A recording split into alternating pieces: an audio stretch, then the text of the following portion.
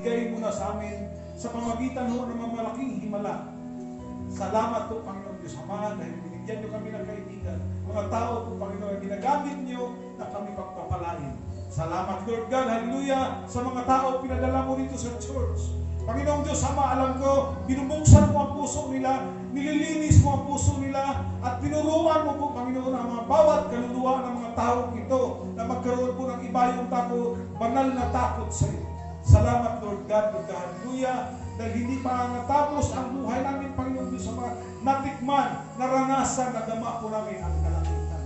Salamat, Lord God, salamatan kita.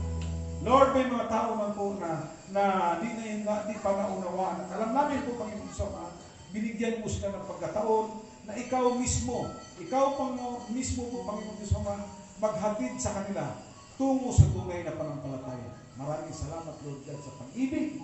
Pag-ibig na po, Panginoon Sama, na apaw na apaw ang aming puso, Lord God, dahil nadama po namin, Lord God, wagas na pag-ibig, Panginoon Diyos. Maraming salamat po sa pangalan ng Jesus.